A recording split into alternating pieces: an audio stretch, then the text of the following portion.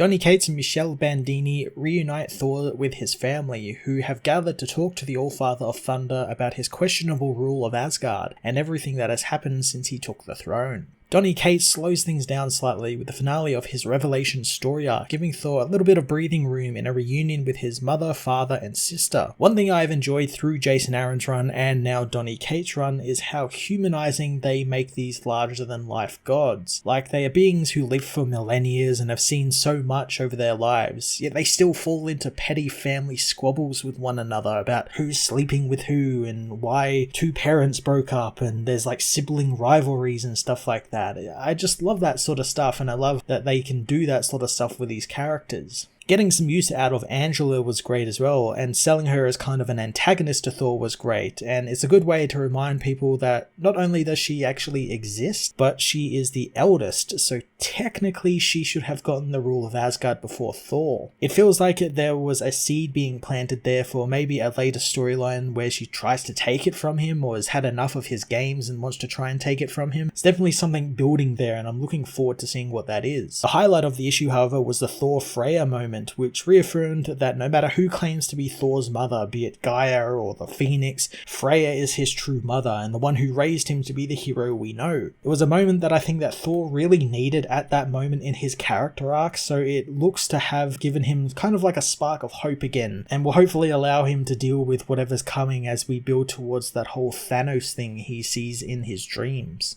Michelle Bandini continues on as artist with just more wonderful action, both of the physical and character drama variety. Like I said in the last issue review, I really like the casualness of Thor's depiction here. Just a salmon polo and chinos while everyone else is dressed up in their Asgardian armor and face paint and all that sort of stuff. Kind of singles him out on the pages, which is really nice, and it's a nice change of pace to see something different from the usual costuming.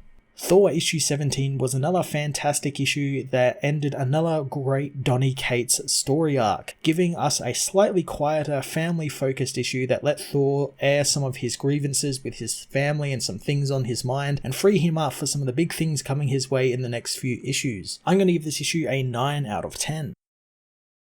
Thor issue 17 sees Thor and Odin reunite with Freyja and Angela, who shushes the family as they are set upon by more wild monsters. Angela reveals that they are Korragans, a species from Muspelheim left over from the War of the Realms. Freyja runs off to get something as the rest of the family battle the creatures, trying to kill them cleanly so the blood doesn't attract more of them. Thor thinks that he could just burn them with his lightning, but Angela knows that the wind will carry the smell and drift it towards the flame serpents of the core, alerting them as well. Thor wants to know what the plan is then, learning it is to wait for the god of the hunt, as Freyja returns with a chain gun mounted Treegrul, getting everyone to duck as she unleashes hell on the monsters from the giant cat. Soon everything in the area is dead, but Angela isn't happy since the kills weren't clean, but Freyja begs to differ. Freyja tells her daughter to thank her brother and father, but the woman knows that they barely did anything, as later the family eat one of the monsters. Odin wants to know why Freyja now calls herself the god of the hunt, so Freyja says that it was a more fitting title, since her other title was the goddess of fertility and marriage, and she represents neither of those now.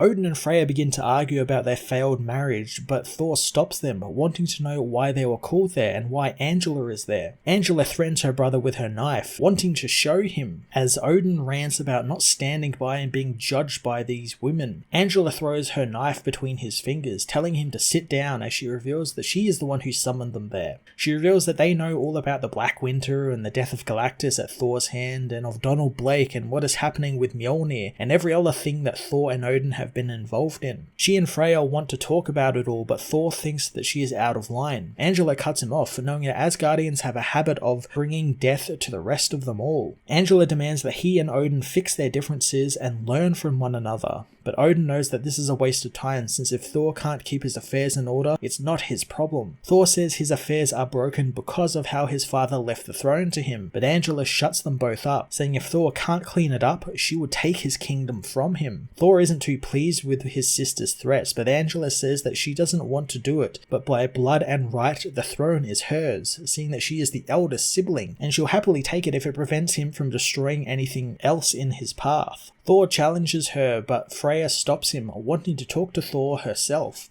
Odin is told to go home with Angela, but he refuses, wanting to fight something, so Angela knows that if that's what he wants, that's what he'll get, delivering him to a fighting arena to fill his bloodlust. Freyja apologizes for everything between her and Odin affecting him, but Thor thinks that he is getting a scolding, but his mother doesn't wish to do that, instead having stayed away to give him room. She knows that that's not true though, not knowing her place when Thor reached out for his father's help. She knows that he no longer is a boy and she lived with his father's secrets and infidelities and children, and there is so much that Thor doesn't know. Thor knows that she speaks of the Phoenix, but Freyja reminds him that she changed him when he was little and held him while he wept and laughed, and his first word was mother, spoken to her and no one else. She knows that she isn't Gaia or the Phoenix, but she is his mother. She asks him what is wrong, so Thor tells her that he knows his reign is being called the Black Reign of the Thunder King, but Freyja asks why he's being so cruel in his rule, since it's not like him at all.